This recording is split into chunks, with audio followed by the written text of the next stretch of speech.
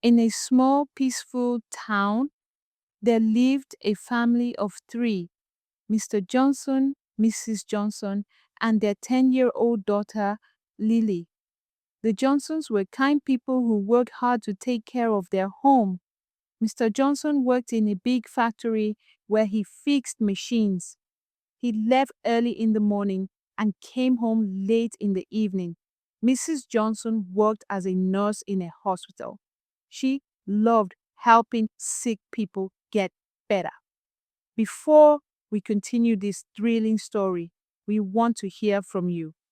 Tell us what part of the world you're watching this video from in the comments below.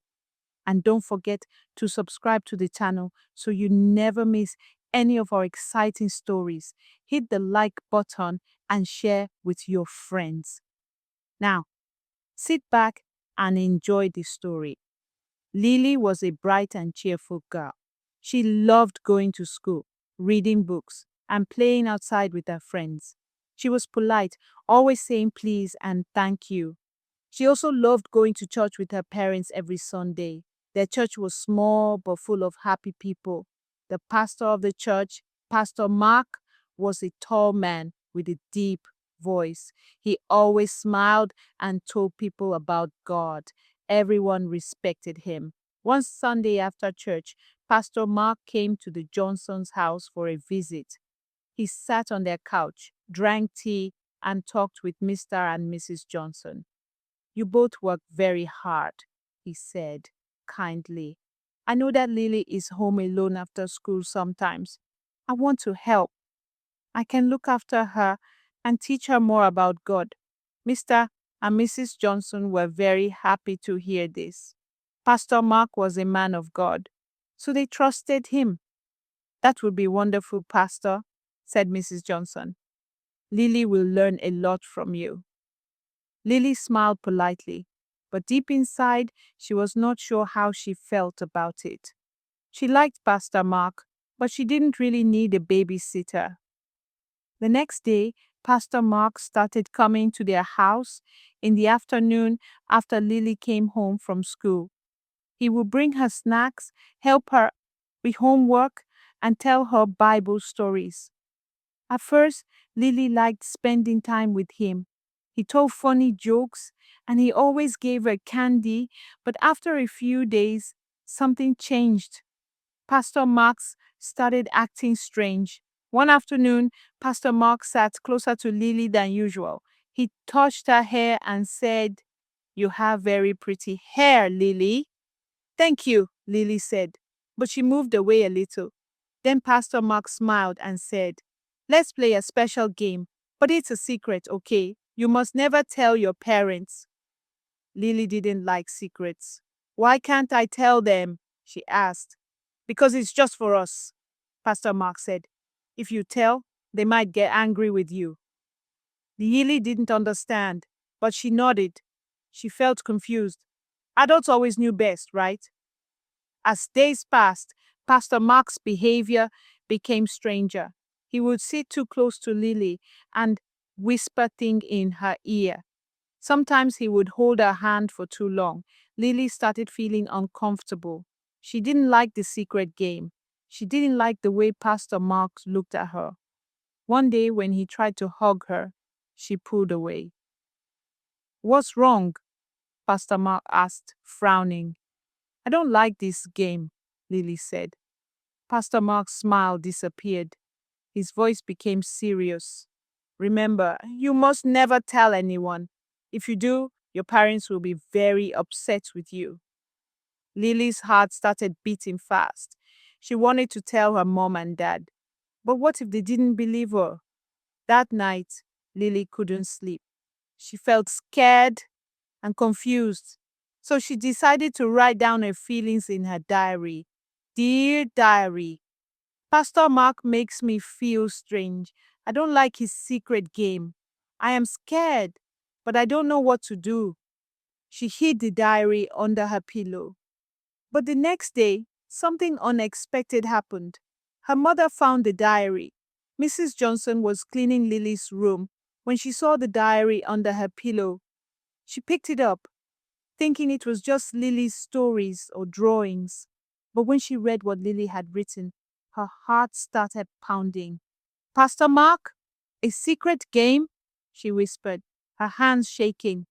Just then, Lily walked into the room and saw her mother holding the diary. Lily's eyes filled with tears. Mom, Mrs. Johnson knelt down and held Lily's hands. Tell me the truth, baby. What has Pastor Mark been doing? Lily was scared, but she took a deep breath.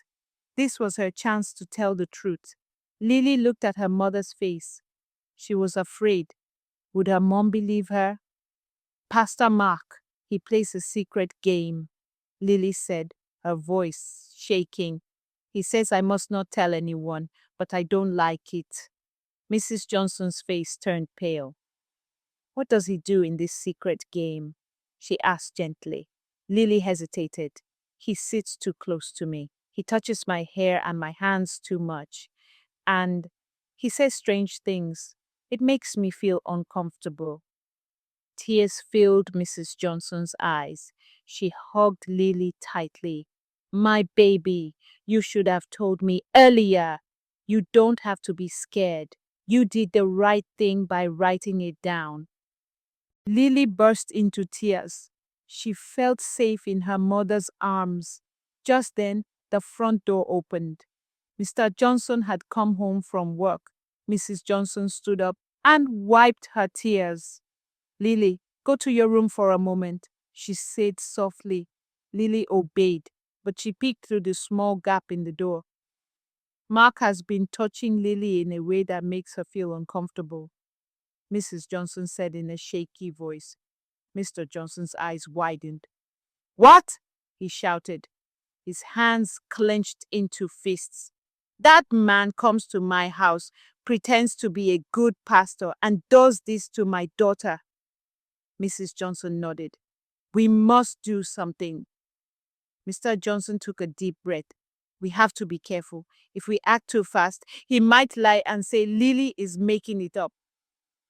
That night, Mr. and Mrs. Johnson sat in the living room, thinking of a plan. We need proof, Mr. Johnson said. Mrs. Johnson nodded. Pastor Mark will come tomorrow as usual. Maybe we can record him. Mr. Johnson agreed. I'll leave a phone recording when he's alone with Lily. If he tries anything, we will have evidence. Lily, who had been listening from behind the door, felt nervous but also relieved. Her parents believed her. The next afternoon, Pastor Mark arrived as usual. He smiled at Lily. Hello, little one, he said. Are you ready for our secret game? Lily felt her stomach twist, but she remembered her parents' plan. She just had to stay calm. She sat down while her mother pretended to be busy in the kitchen. Unseen, Mr. Johnson had placed a phone on a shelf, recording everything. Pastor Mark moved closer to Lily. You are such a sweet girl, he whispered. Lily felt scared, but she forced herself to act normal. Why do we have to keep it a secret? She asked. Pastor Mark chuckled. Because special friends have secrets. Just then, Mr. Johnson stepped into the room. Pastor Mark, he said in a strong voice. We need to talk. Pastor Mark turned around, surprised. He did not know that everything he had said was recorded. Pastor Mark forced a smile as he looked at Mr. Johnson. Brother Johnson, is everything all right? Mr. Johnson's face was serious. He crossed his arms and stared at the pastor. No, everything is not all right. Pastor Mark glanced at Lily and then at Mrs. Johnson, who had now joined her husband. He shifted uncomfortably in his seat. I don't understand, Pastor Mark said, his voice a little shaky. Did I do something wrong? Mrs. Johnson took a deep breath. We know about your so-called secret game with Lily. Lily watched as Pastor Mark's face changed. First he looked confused. Then his eyes widened with fear.